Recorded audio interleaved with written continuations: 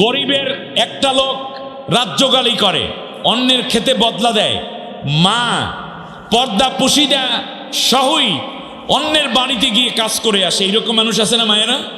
আপনারা দেখবেন তাদের বাচ্চাগুলো কোরআনে হাফেজ হয়। তার কারণ ওদের খাবারের মধ্যে কি নাই? কোনো ভেজাল নাই। অতএব আমি চাই, যদি ধনী ভাইয়েরা, ধনী বোনেরা, আপনার সন্তানকে যদি আপনি হাফেজ বানাতে চান, তাহলে আপনি সর্বপ্রথম নজর দিবেন আপনার হালাল খানার প্রতি। আল্লাহ তাআলা বলবেন, তোমাদের জন্য আমি কি করতে পারি? হাফেজগণ আল্লাহ তাআলার কাছে কেঁদে দিবেন, চোখের পানি ছেড়ে বলবেন, আল্লাহ ওই মানুষগুলোকে আগে জান্নাতি বানাও, তারপরে আমি জান্নাতে যাব। আল্লাহ তাআলা বলবেন, তুমি নিচে 70 জন, উপরে 700 জন পর্যন্ত সুপারিশ করো। সুবহানাল্লাহ বলেন। এই হাফেজ ছাত্রদেরকে আজকে পাগড়ি পরানো, কেউ ওঠার দরকার নাই তো, বসেন না, কিছু সময় আমরা বসি, একটু বসি। আমি তো আগে ওঠার কথা নাকি? বৃষ্টি তো আসবে। আজকে ইরানে পারমাণবিক অস্ত্র হামলার জন্য হুমকি দিচ্ছে আমেরিকা, ঠিক কিনা বলেন? সামান্য বৃষ্টিতে কি আপনারা কোরআনের ময়দান ছেড়ে চলে যাবেন? প্রয়োজনে আজকে পুরোপুরি ভেজবো, তারপরে এই ভেজা পানি নিয়ে আমরা বাড়িতে ফেরবো। কারণ কোরআনের রহমত, বৃষ্টি ও রহমত। যদি আল্লাহ ভেজাতে চান আমরা ভিজে যাব, পালিয়ে যাব না, ঠিক কিনা বলেন? আমরা নিজেদেরকে উৎসর্গ করতে চাই কোরআনের জন্য, আল্লাহ সেই তৌফিক দিন, বলেন আমিন। একেবারে ঠান্ডা মাথায় বসতে হবে। এত ঠুনকো ইমান কেন? ফিলিস্তিনের মুসলমানরা তো পালিয়ে যায়নি, আফগানিস্তানের মুসলমান পালিয়ে যায়নি কোরআন ছেড়ে। জেনজিরা সেই দিন বাংলাদেশের মানুষের মুক্তি কামনায় তারা ময়দান ছেড়ে পালিয়ে যায়নি। তাই আজকে একটু বৃষ্টি 2 ফোঁটা পড়লো আর আপনি দৌড় দিলেন, বৃষ্টি তো নাও হতে পারে। আপনি বসেন, আপনাকে ধৈর্য পরীক্ষা করছেন আল্লাহ তাআলা। আমি কোরআন থেকে বক্তব্য দিচ্ছি। আল্লাহ তাআলা বলবেন, নিচে 70 জন, উপরে 700 জন পর্যন্ত তোমরা সুপারিশ করো। হাফেজ সাহেবান সুপারিশ করবে, সুবহানাল্লাহ। হতে পারে আমার আপনার মধ্যে সেই সুপারিশকারী আমরাও আছি। হাফেজকে আল্লাহ নূরের 2টা ডানা দিবেন, যেই জান্নাতে ইচ্ছা হাফেজ সেই জান্নাতে প্রবেশ করবে। সুবহানাল্লাহ বলেন। হাফেজের মা বাবার মাথায় আল্লাহ মুকুট পরাবেন, নূরের মুকুট। আল্লাহ যেন প্রত্যেককে মা বাবা হওয়ার তৌফিক দেন, যারা হাফেজ হবে, আলেম হবে, বলি আমিন। প্রিয় ভাইয়েরা, তার চেয়েও গুরুত্বপূর্ণ একটা কথা আছে, সেটা হচ্ছে আমি ব্যক্তিগতভাবে 5টা হাফিজি মাদ্রাসার দেখাশোনা করি, আমার বাড়ির মাদ্রাসা সহ। আমি দেখেছি ধনীর চেয়ে গরিবের বাচ্চারা কোরআনে হাফেজ বেশি হয়। ধনীদের বাচ্চাগুলো আমাদেরকে দেয়, অনেক যত্ন করে আমরা ট্রাই করি পড়ানোর জন্য। হাফেজ সাহেবরাও বেশি চেষ্টা করেন, কারণ হাদিয়া তোহফা অনেক দেয়, ডোনেশন করেন মাদ্রাসায়। আমরা খুব দুর্বল থাকি, যেহেতু ওনাদেরটা দিয়ে আমাদের মাদ্রাসাটা ভালো চলে, এটা স্বাভাবিক, তাই না? নুন খাইলে একটু গুণ গাইতে হয়। কিন্তু ধনীদের ছেলেরা কোরআনে হাফেজ হয় 5% অনলি, আর 95 হাফেজ হয় গরিবের বাচ্চারা। আমি গবেষণা শুরু করলাম, কারণটা কি? কারণ একটাই, সেটা হচ্ছে গরিবের খানার মধ্যে পুরোপুরি হালাল খাবার।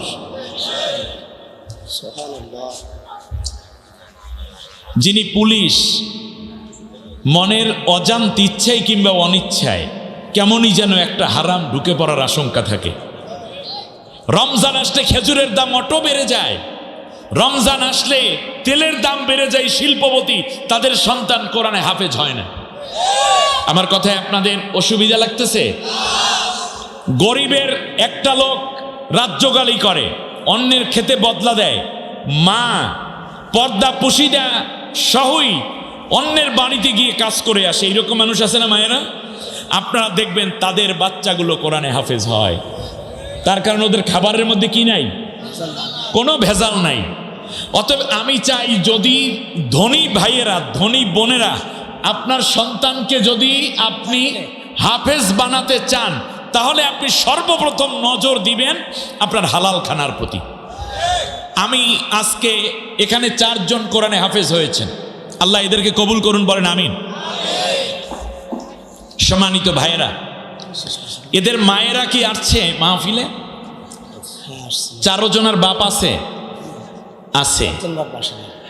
এখন আমার কিছু কোশ্চেন আছে আপনাদের কাছে, এই হুজুরের কাছেও না, মাদ্রাসা কমিটির কাছেও না। আগামী বছর কতজন হবে কোরআনে হাফেজ হুজুর? 4 জনের মতো হবে।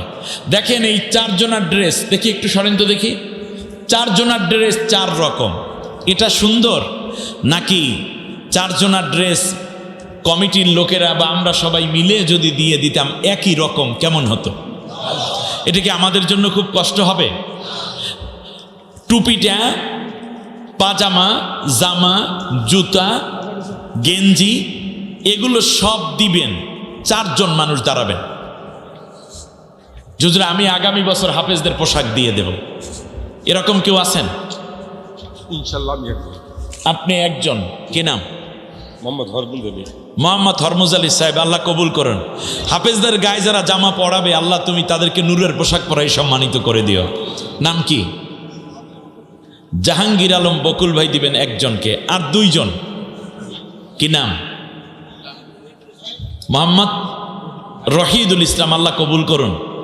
আর একজন মাত্র দরকার, আবু সাইদ শাহিন। এবং ও শাহিন তো, আবু সাইদ আছে, রঞ্জু ভাই, মোহাম্মদ রঞ্জু ভাই। মাশাআল্লাহ, হয়ে গেছে, আল্লাহ কবুল করুন। আমিন। প্রত্যেকের একটা করে ক্রেস্ট দিবেন, সম্মাননা। 4টা ক্রেস্ট সর্বোচ্চ 2000 করে দিতে হবে। 1000 টাকার মধ্যে ক্রেস্ট হয়ে যাবে। কেউ আছেন? হুজুর আমি ক্রেস্টটা আমি দেব। একজনই, চাই যে কয়জন হাফেজ হবে আগামী বছর সবাইকে। তোমাদেরকে না দিতে পারায় আমরা দুঃখিত। আগামী বছর থেকে চালু হবে, কিয়ামত পর্যন্ত চলবে, বলেন আমিন। ইনশাআল্লাহ। এবার আপনাদের কাছে কোশ্চেন, যেই হাফেজ হয়ে গেল তার মা বাবার জন্য কিছু হাদিয়া দিলে আল্লাহ বেজার হবেন না খুশি হবেন? আচ্ছা এই ফাঁকে প্রশ্ন করি, বৃষ্টি আছে না গেছে? গেছে। তা আপনারা তো ভয় পাইলেন কেন?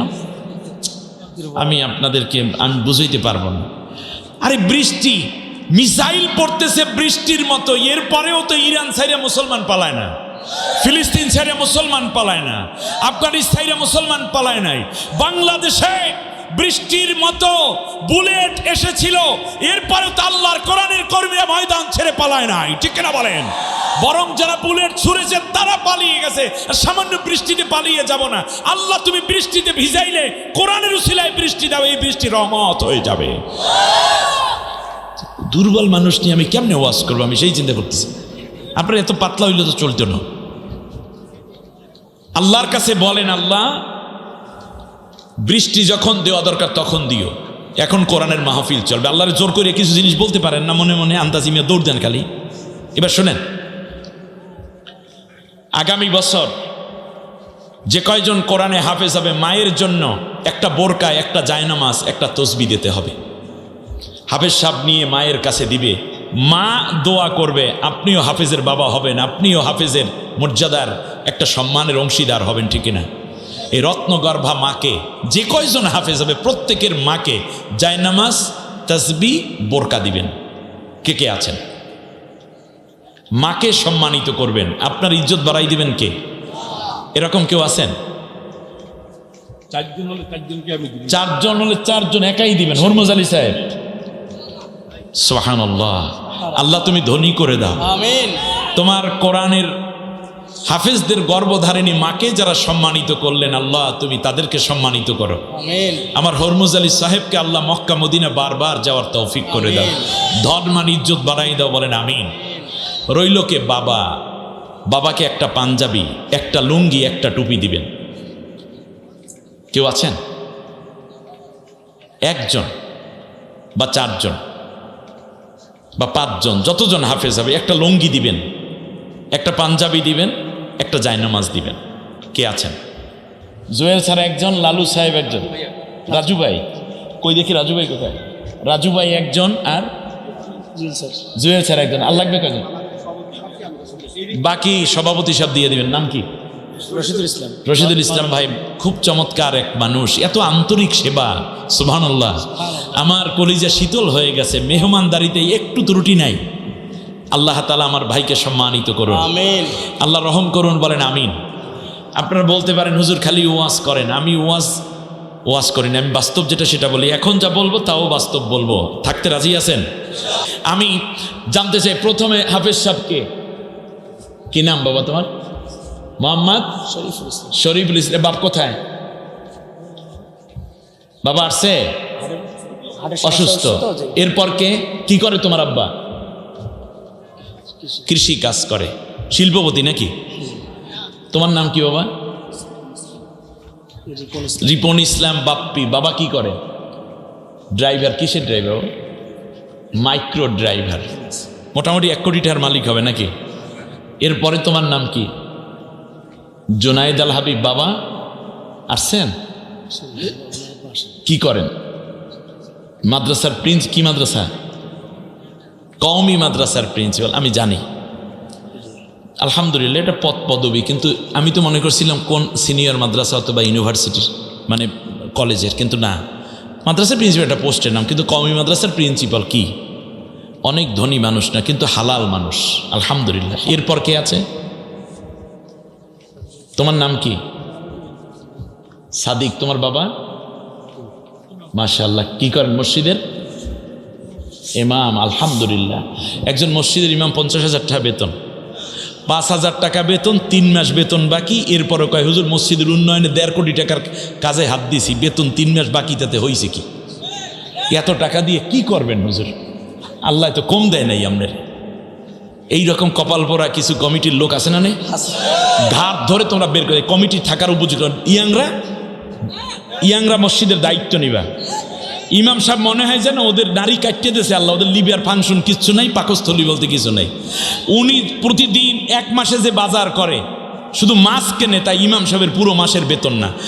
মুসল্লিরা টাকা দেয়, কেশিয়ার, সভাপতি, সেক্রেটারি, তারা হুজুরের বেতন দিতে চায় না, মনে হয় যেন ওনার বাবার টাকা। ঠিক না বলেন? অতএব মনে রাখতে হবে, এটা আপনাদের নীলফামারীতে ভালো, কোনো কোনো এলাকায় আর কি এইরকম কিছু কিপটা টাইপের সব কমিটি আছে। আপনাদের এলাকা ভালো। আল্লাহ, আমি বলছিলাম গরিব মানুষের ছেলেরা কোরআনে হাফেজ হয়, যুক্তি ঠিক পাইছেন কিনা? এখন ধনীদের বাবাদেরও কোরআনের হাফেজের বাবা হতে হবে। আল্লাহ কবুল করুন, বলেন আমিন। আসুন আমরা সবাই পাগড়ি পরাবো। কে কে আছেন এখানে? আমাদের সম্মানিত মোকাররম ভাই আছেন, এরপরে প্রধান অতিথি, সভাপতি যারা আছেন, আপনাদের থেকে তো আর নিতে পারলাম না। একজন ইয়াং মানুষ, এই যে সামনে সাদা পাঞ্জাবি, আসেন। ইসহাক আলী ভাই আসেন। আর মুরব্বীদের মধ্য থেকে আর একজনকে আমি আনবো, শ্রোতাদের মধ্য থেকে। এই আমার বরাবর এই দিকে মুরব্বী বাবাজি, দাড়ি সুন্দরী খুঁটিটার পাশে বসছেন, আপনি এখানে আসেন, যে পাও সোজা করে বসছেন।